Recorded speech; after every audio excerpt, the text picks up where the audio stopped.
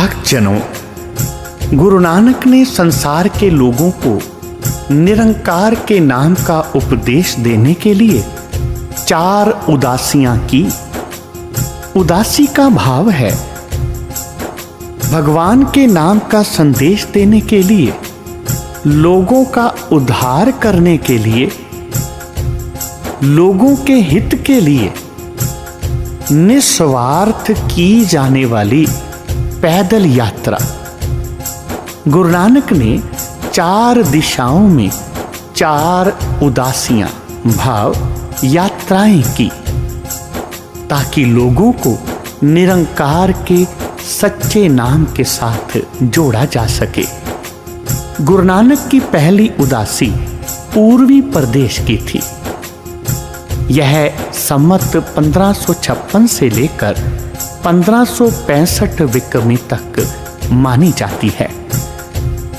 14 साल सुल्तानपुर लोधी निवास करके आप जी ने अपने सब परिवार, बहन, बहनोई और सास ससुर को उत्तर देकर भाई मर्दाने को साथ लेकर उदासी करने का फैसला किया।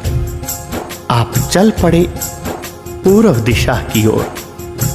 गोइंदवाल से व्यास नदी को पार करके रास्ते में कई नगरों के लोगों को सत्य नाम का उपदेश देते हुए आप जी लाहौर से होकर एमनाबाद अपने एक पुरातन मित्र भाई लालो के पास चले गए। भाई लालो ने आप जी की बड़े प्रेम और श्रद्धा से सेवा करके कुछ दिन आपको अपने पास रखा।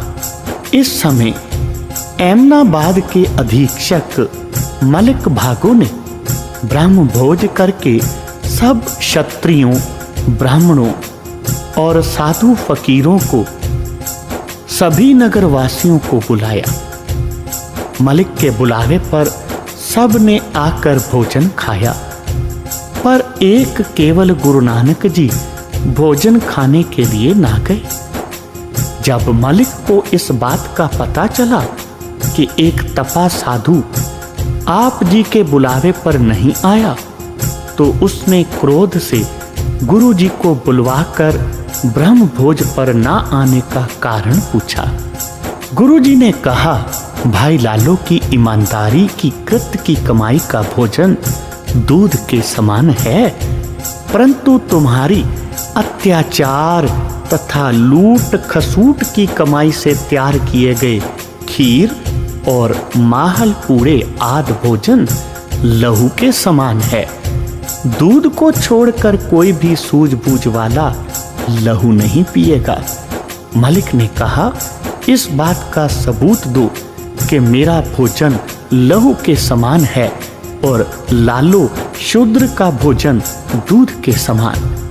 जब गुरुजी ने भाई लालो की रोटी का टुकड़ा दाएं हाथ और मलिक भागो के बहु प्रकार का भोजन मंगवाकर बाएं हाथ में पकड़कर दोनों हाथों को जोर से दबाया, तो लालो के भोजन में से दूध और मलिक भागो के भोजन में से लहू के कतरे निकलने लगे।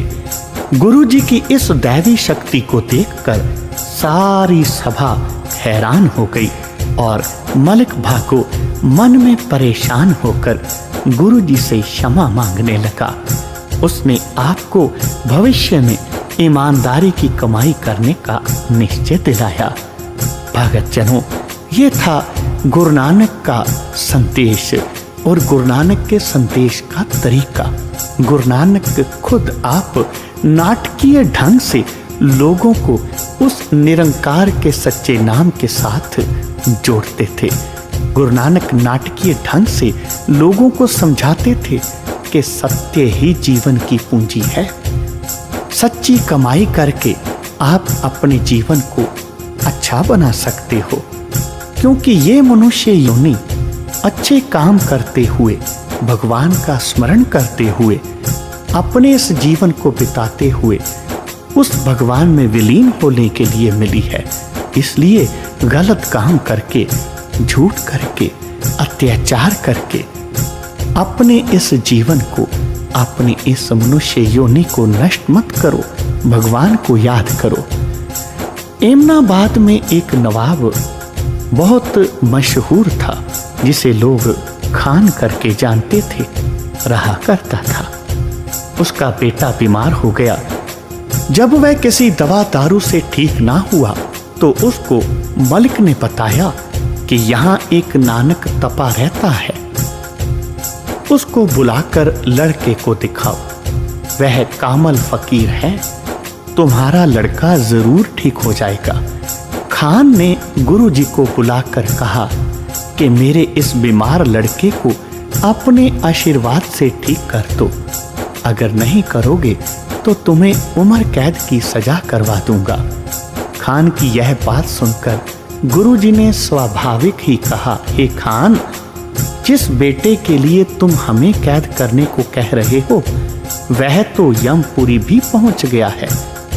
यह खबर सुनकर खान व्याकुल होकर रोने लगा और गुरुजी उठकर तप स्थान पर आ गए। इस तरह कठोर तप करके और भूले भटकों को उपदेश देते हुए जब कुछ समय व्यतीत हो गया तो एक दिन अचानक ही भाई लालू को कहा कि हमें राय बुलार याद कर रहा है, हम उसके प्रेम को पूरा करने के लिए तलवंडी जा रहे हैं। गुरुजी तलवंडी आकर भाई बाले के पिता चंद्रभान के कुएं पर गांव से बाहर ही बैठ गए। जिस समय मेहता कालूचंद और परिवार को पता चला तो वह सभी वहां ही आ गए। गुरुजी ने सब परिवार को उपदेश देकर धैर्य दिया और कहा कि जो परमात्मा को छोड़कर दूसरी तरफ लग जाता है वह सदा ही दुख पाता है, तब तो एक निरंकार की आज्ञा में ही रहना चाहिए। तदुपरांत राय बुलार ने आप जी की बहुत प्रेम सहित सेवा की और प्रार्थना की कि आप यहाँ अपनी खेती कराओ, मैं आपको नौकर रख दूंगा। उस समय गुरुजी ने यह शब्द उच्चारण किया, सोरठ महल्ला पहला, कार पहला, मन हाली किरसानी करनी, सरम पानी तन खेत, नाम बीज संतोख सुहागा, रख गरीबी वेश, पाओ कर्म कर जमसी, से कर पाकट देख, बापा माया साथ ना होए, इन माया जग मोहया, विरला पूछे कोई रहाओ। तब राय ने कहा, खेती नहीं तो दुकान ही कर लो। फिर आप जी फरमाने लगे, हाण हट कर आरजा, सच नाम कर वथ, सुरत सोच कर भांड साल, तिस विच तिसनो रख, वण जारियां स्यों वणज कर, ले लाहा मन हस। दुकान करने से भी इनकार सुनकर फिर उन्होंने कहा कि सौदागरी कर लो, घर में धन आएगा जिससे बहुत सुख प्राप्त होगा।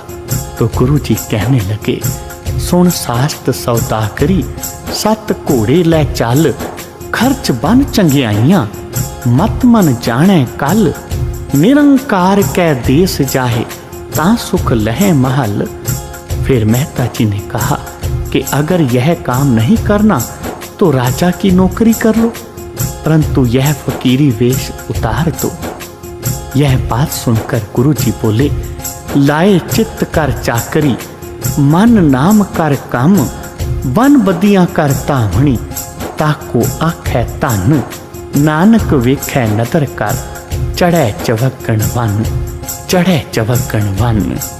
यह उत्तर सुनकर जब सब चुप हो गए तो राय बुलार ने कहा कि अब मुझे अपना अंतिम समय नजदीक लगता है, आप कृपा करके ऐसा ज्ञान, ऐसा उपदेश दें जिससे मेरा जन्म मरण मिट जाए। गुरुजी ने वचन किया कि स्त्री, पुत्र और राज्य तब तक ही तुम्हारे हैं जब तक तुम्हारे शरीर में बोलने वाली चेतन शक्ति विद्यमान है। इनका अहम भाव सब बंधन रूप है। तू आप सदा ही सच स्वरूप चेतन जन्म मरण से रहित है, तुम अपने इस शुद्ध स्वरूप का ध्यान करो, तेरा कल्याण हो जाएगा। आप जी का यह उपदेश सुनकर राय ने नमस्कार करके कहा, आप जी की कृपा से अब मैंने अपने स्वरूप के भेद को जान लिया है। यह मेरा सौभाग्य है। यही विनती है गुरु नानक की कि सभी अपने इस स्वरूप को, जो सच्चा स्वरूप है, उसे समझने का यत्न करें। इसको समझा तो गति है, नहीं तो जन्म मरण के चक्कर में फंसे रहेंगे और इसी तरह मरते रहेंगे, पैदा होते रहेंगे। बोलो भाई जी वाहेगुरु वाहेगुरु वाहेगुरु।